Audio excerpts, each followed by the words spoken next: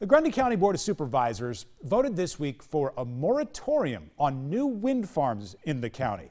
This is after a Wisconsin company came to the area to consider a wind farm in the northeast portion of the county. WHO 13's Roger Riley has been in Grundy County checking into this, getting a real feel for the resistance people are putting up against it. Yeah, Dan, you know that the company came kind of scouting around talking to a few landowners and then kind of at the last minute approached the Board of Supervisors. Well, it all came to a head this week with the meeting here at the Grundy County Courthouse where the board voted 4-1 to impose this moratorium. Now, the county already has 2 wind farms, but opposition to this came from a citizen group. A group of citizens letting us know that there was a proposed wind farm in the northeast part of the county.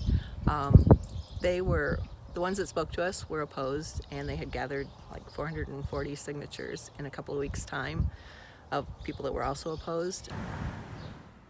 Now, another issue, the moratorium, the reason the moratorium was issued is that the county is just ready to begin reviewing its policies and ordinances. It was felt that the moratorium would allow time to review all their the things that they have on the books. So the 2 major wind farms that they already have were approved by a unanimous vote a few years back, but one supervisor, Barbara Smith, was against this moratorium. We have 2 wind farms already, the Wellsburg Wind Farm and the Ivester Wind Farm.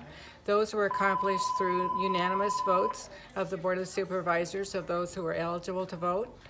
This particular one is in a different part of the county. It would be the northeast part of the county. It was to encompass up to 60,000 acres, so it was a very big wind farm. Immediately when the landowners got wind of it, they started their work to try to defeat it.